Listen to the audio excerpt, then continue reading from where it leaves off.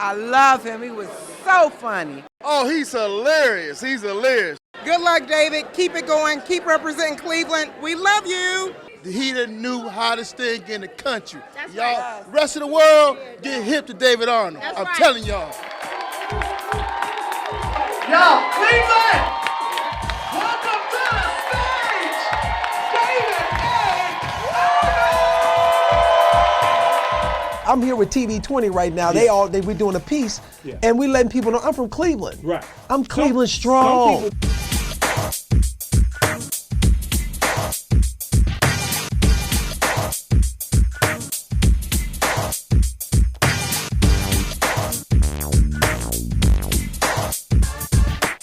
Hello and thank you for watching TV20. We are Cleveland. I'm Dan Monroe. I'm going to introduce you to someone. The gentleman to my left, he's a big-time writer in Hollywood. Yeah, that's you.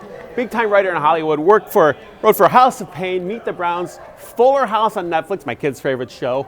but besides all that, he's a Cleveland boy, born and bred here in Cleveland. Mr. David A. Arnold. Thank you, David. How are you? Had so much fun going out with you. Oh, we had a good time, right? Good time. You never get to see this. You know what's great is you never get to see, I never have gotten a chance to see the city the way you guys showed it to me today from the different angles, and it makes you immediately go, wow. I remember why I love this city. Like every time I come home when I fly in from LA and I'm coming over to the lake and I can see, you can just see everything. It's like, now I know why I love coming back home to visit. How long has it been? I left Cleveland like 20 years ago. Yeah, I moved out, but I come home at least twice a year. I come home to see my family because all my family's here, and then I also come home to go watch, the Browns play football. So I'm always back. But yeah, this is a dope. Well, when you flew in last night, when the plane flies right over downtown Cleveland, you're looking out the window. What do you feel? What are you thinking of? You know what? Even every time I'm flying home and I come in over the city, I always think to myself, no matter how long I've been gone, immediately I'm home. There's something that's always still home for being in Cleveland. You know what I mean? It's like no matter, my kids, have been here a couple of times. LA is their home because they grew up there. It's a comfort thing. It's like going back to your mom's house and her putting that food in front of you that nobody can make, like even your wife can't make it like she tried. Your wife tries to make it like your mother and you lie to her and tell her that it is, but it's not. Like going home to Cleveland is just like that. It's like coming back to what you know, and I think it's fantastic to be here. Cleveland, Ohio is a city that's on the rise. Why? Not just because we won an NBA championship here, not just because we survive, but because of places like the Flats, the Warehouse. People are coming in here droves to see what Cleveland is about. You might come here for one reason, but you leave loving Cleveland for another. This is a perfect metaphor. You see the new bridge over the old train tracks? That's what's happening in Cleveland. The new is running over the old. It's constantly rejuvenating itself. It's constantly growing. And that's what Cleveland is doing. Cleveland knows how to reinvent itself. Cleveland knows how to stay strong. That's what this is. That's Cleveland strong. This is what I grew up as a kid. I've left 20 years, I came back. There's a new bridge. It's a bridge to a new place. That's what Cleveland is. Cleveland is on the rise for so many reasons. People are buying property. People are starting up businesses. Cleveland is the city that everybody wants to know why they're talking about Cleveland. What's going on? They drop these everywhere for a reason. Because on the backdrop of all of these is a city that is on the rise. So if you're ever looking at it, you go, what is this? This is Cleveland, Ohio. And that's why I came back here to shoot my stand-up special. Because being a talent on the rise, where else better to do it than a city that's also on the rise? It's my hometown. It's Cleveland, Ohio. This is Cleveland strong. This is Cleveland, Ohio. I am David Arnold. I and Cleveland together, we're on the rise. Everyone has their eyes on Cleveland. Since the Cavs won, since the RNC, their eyes have been focused on Cleveland. What do you think of that? I think it's about time. Yeah. I think it's about time. you know, especially a place they called the Mistake by the Lake. So I don't, I think it's about time that we get some kind of just due. Because my friend came in, Naima, she's like, I've never been to Cleveland. You know, and like 5 times today, she was like, my God, this is so beautiful. You know, and you forget that it really is it's a beautiful city that has some spots. And we only got a chance to see like a small portion of everything they have, you know, West Side Market, you know, the flats, everything that Cleveland is coming. My brother-in-law owns, you know, several restaurants out here, you know, and he's doing great. And it's because this city is just on a rock. Like every time I talk to him, he's like, I'm opening another restaurant, Harvard Wine and Grill. Like he did just take 5. They just keep growing because the city is growing. Yeah. And people come here all the time. And I think the residents see that, and they're taking that in. And everyone, especially me, who sees someone not from here, you want to immediately give them a list. I was talking to Naima. I go, you have to go here, here, here. Try this restaurant. Right. I have so much I want to show you. We don't have much time. Right. I'll be back. I think we're just a friendly people that we want to welcome new people in and show them what we have to offer. That we actually have something to offer. I'm not gonna lie. The cold is for me. All right, come in the summer. Come in the summer. Come for the good weather. It's just 2 weeks a year. No, I'm kidding. Like I love the summertime. The cold is hard for me. I brought my kids here for Christmas so they can see their first snow. Because they're LA babies. So they don't get to see Christmas like you see Christmas here. So this is real Christmas. You know, so like all of that kind of stuff, those are the things that, you know, you miss when you go away and you come back and you go, wow, this is what Christmas should look like. You know what I mean? Yeah, it's fantastic, man. I'm very excited about being here. I'm very excited about doing that. You know, take us back to your childhood. Where'd you grow up? I grew up in Cleveland near 93rd and Kinsman, and then we later moved to Shaker, and then Beechwood is where I eventually graduated from high school. I graduated from high school in Beechwood High School. What was your childhood like out here? My childhood, you know what? It was not typical because I grew up with like 3 very influential father figures: my stepfather, my dad, and my grandfather.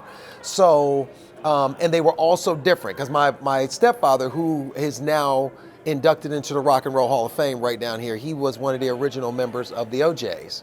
So he actually started the group. So I grew up with somebody in the entertainment, and I grew up with my dad, who was an engineer, who was very, 9 to 5 focused, do what you're supposed to do. And then my grandfather, who owned an asphalt company out here, I was pulled in so many different directions that it was not really normal, but it was my normal.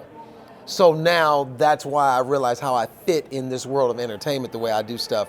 It's not normal to a lot of people, but it's 100% normal to me. Were you the class clown? Were you always cracking jokes? When did you find out you had this gift of gab, so to say? I was not, you know what? I think I was always being myself. I was never the class clown. I admired guys who could actually turn it on like that. I never could do that. I found myself being funny naturally. I was just being David. And I didn't know that it struck everybody so funny until I got older and I popped up on all these stand-up shows. And when Facebook and social media showed up, we could all get in touch with each other. And that's when I heard what people thought. And I was like, really? I don't remember being funny. My mother said I was funny, but I just remember being me. So, we stopped at a couple places today. We had a lot of fun, but one place we stopped at really struck a chord with you in your heart, and that was a place over on Manor. It's so funny that it's only proper to not forget where you came from. This street, if you go and you look, this is Manor Avenue. It's the name of my entertainment company is called Manor House Entertainment. And I named it because this is the street that I grew up on. And what is symbolic about this today for me is everything here is all gone. My house used to be back here. The apartment building that my grandfather owned used to be right here. This is the field where I learned to play football, where I played every sport you can imagine. I learned to ride mini bikes and mopeds up and down this street.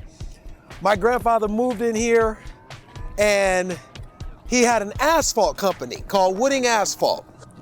And it started off very small. And when he moved here, he had just one house, and when he left, he owned everything on this street.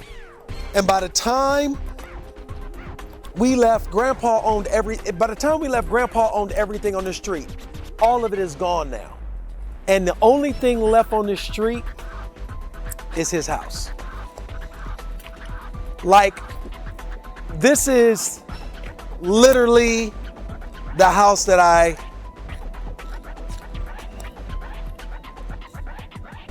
this is where I learned my character from.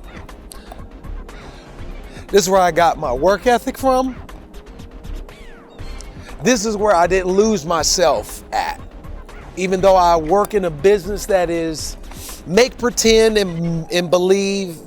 And it's a town where, Hollywood is a town where nobody tells you the truth. And so when you come from here in Cleveland, you find a place like this, you hold on to that because that means something to you. And that is what keeps me going. So when I come back to Cleveland, Ohio, and I come back to 9106 Manor Avenue, and I think about Joshua Wooding and David Wooding and Barbara and Pat and Joyce and all my family that grew up here and what my grandfather gave us, just like this house, I'm still standing. It's still standing. This city, for me, still stands. Because I can find amongst what seems to be ruins, it's something that's pretty dope and it's pretty strong. This is a part of my history.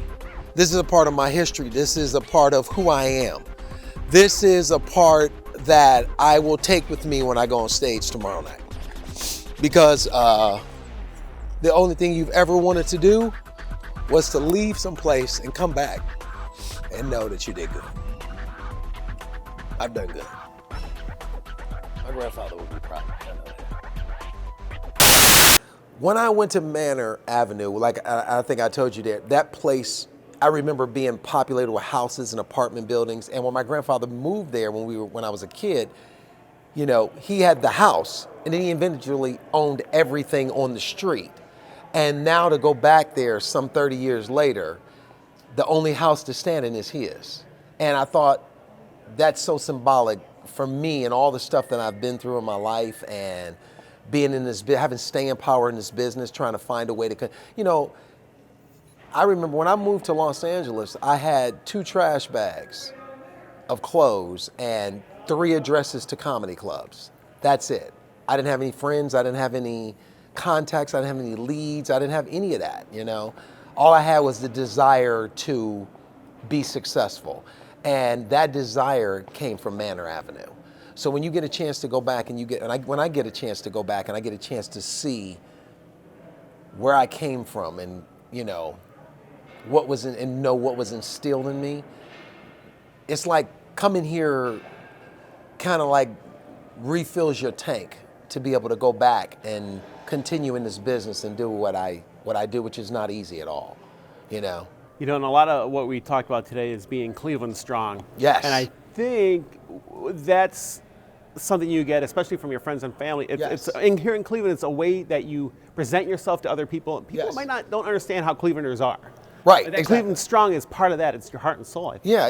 When you come from a place that, you know, like when I met my wife, immediately we took to each other, and it's because she's from the Midwest, you know, which I didn't, you know, of course you don't know in the beginning, but there's a certain thing, there's a certain realness that I feel like I have, a certain genuineness that I feel like I've held on to in a business and in a town that is full of fakeness in every aspect of the word, you know what I mean? And in some ways it's hurt me because I'm not very good at wearing that mask all the time. And, you know, I know it's because I grew up here in Cleveland, you know, and I'm not going to trade who I am for certain things, you know what I'm saying? So I'm okay with certain missing out on certain things. But that Cleveland strong is the ability for us to get up and keep reinventing ourselves, to keep going, to keep, you know, LeBron just left, everybody's upset, but a time will come again.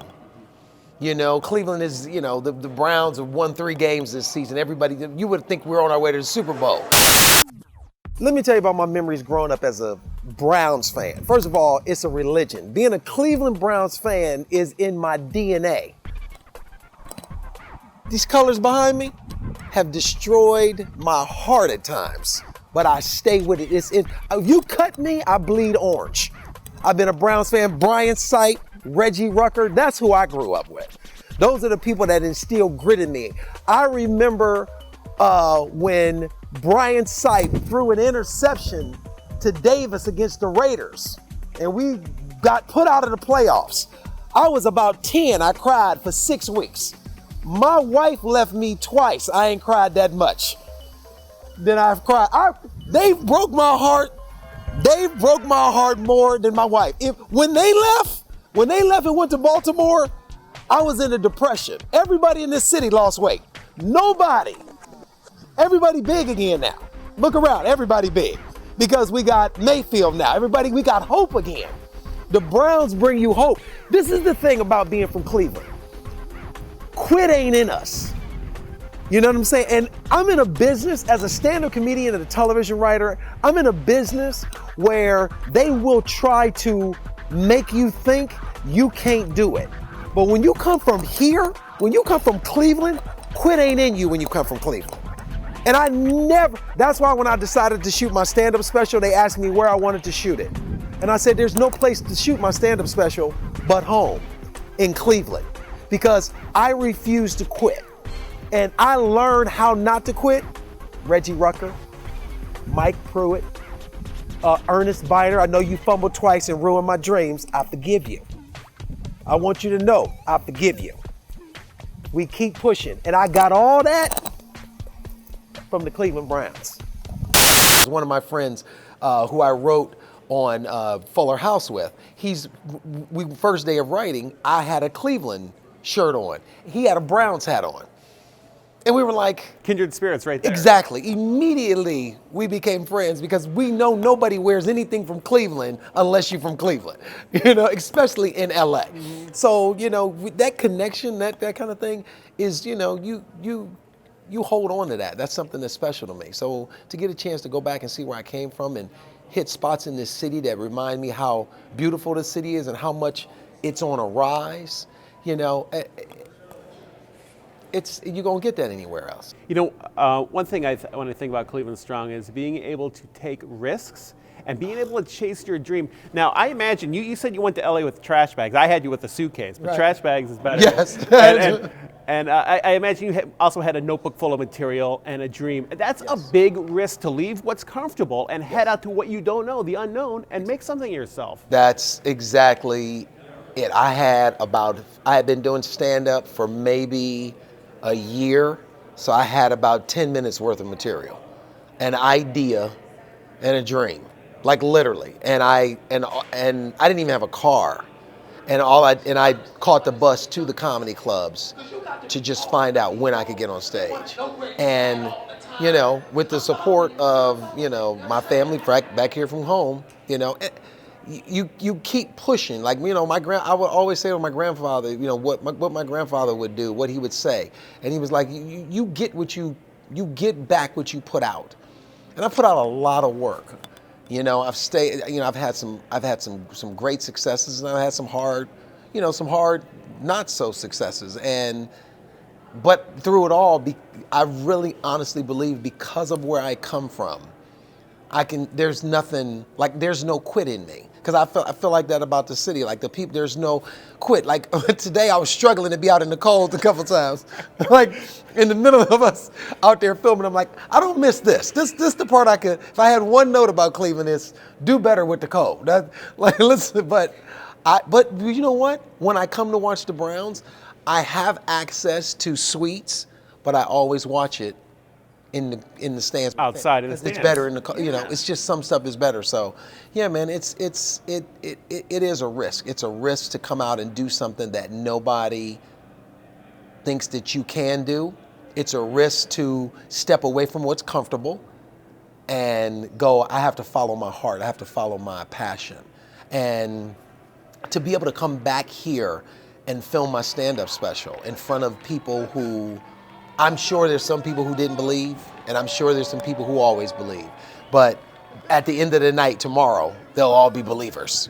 You know what I mean? So like that's the biggest thing for me. But I mean, I'm telling you, anybody, I encourage anybody who, if it's something that's in your heart and it's calling you to do it, you have to go and step out and do that for yourself. You cannot live through the eyes of your family or your parents or your girlfriend or boyfriend, husband. You have to live your passion. You have to step into your purpose. You cannot be afraid to step into your purpose. A lot of people don't have the courage to step into their purpose, to step into their destiny.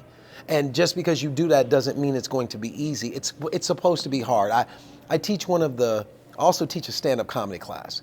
It's one of the largest stand-up comedy classes in the country. I can't tell you whether you're funny. I can't make you funny. But what I can do is tell you if you have the tools and what it takes to be able to be on that road to do what it is. But I tell people this all the time, no matter what you want to do, whether you want to be a broadcaster, whether you want to be a comedian, a television writer, it doesn't matter. It's going to be hard. It's supposed to be hard, because if everything was easy, we would all be sitting on top of the hill and there would be nobody, you know what I'm saying? True, very true. It's supposed to be hard. And obstacles, I tell all the people that I work with that want to pursue this, I go, obstacles are coming. And the obstacles are put in your way for one reason, and it's to weed out the weak. That's what it's for. And so every time I hit an obstacle, I found a way to get up and go around it and keep pushing. Last year, 2 years ago was a very hard year for me, because I had a television show that was coming on the air, and then they canceled it before I even got on. That hurt me bad. And I did not know, I've never thought about quitting. Quitting has never been a part of it. What it is okay, these people said no, so now what do I do? So I reinvented myself. So I got on social media and I started building a following. I just kept working. I know so many people who have come from Cleveland to go do what we do. Steve Harvey, Arsenio Hall, Kim Whitley, all of these people, we came from here. And therefore, we are inspired and we're driven to do things that most people don't think is normal. But all of this is normal to me. It would be abnormal if the cameras and the people were not here. That would be the part. And when you come from a city and you come from a place like Cleveland, you can be inspired by the waves behind me. Look at the city. That's a strong city, man. And when you come from a strong city, your passion is strong, your desire to win, your desire to succeed is strong. And that's what I got. I got that desire and passion inside of me to succeed and win. And I got that from here. I could sit here and I could write. And I can make jokes. I can do anything, because I feel like I can see my whole childhood almost behind me. You know what I mean? I'm back home. I'm in Cleveland, and being in Cleveland to film my stand-up special is one of the most inspiring things. And I'm driven, and I cannot wait for them to see how I've represented it over the last 20 years. That's the part. Some of you don't know me, but I've always known you. And now we're gonna get to know each other. It's gonna be dope. I want to tell everyone watching that if you're not too familiar with what David brings to the table, he's huge on social media. You have to check out his Instagram, the David A. Arnold. I was looking at that the other day, just rolling.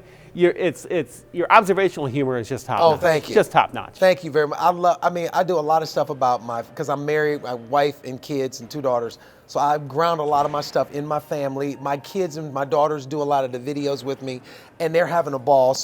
And then people just relate to it. I stay in that lane, between that and Facebook, the surge that has happened in just 90 days caught me off guard. My assistant, she's like, well, I've been telling you, because she's been telling me for years. I've been telling you to do, and now I'm like, you're right. She's 100% right. there's people who enjoy it, and I enjoy doing it for them. See, that shocked me because I looked at your Instagram and I said, oh, he's been doing this for a long time. And I come to find out it's only been months, right? Yes, I've been posting, and you can go back and find old videos that I posted, but I deliberately made a choice to build an audience on July 5th. I said, I'm going to start making this a thing that I do so I can connect with my audience, so they can hear me. So people who have not met me and who have only known me through the television shows that I've written, I want them to know where this voice comes from. And I started, and in those 90 days, I mean, Facebook, I'm over 250,000 followers already, and it's, you know, we're well close to, you know, on our way to 75, which is not a lot for a lot of people. A lot of people, 10, 20 million followers, but that's my goal. You know what I mean? My goal is to get there one at a time, and it's been kind of quick.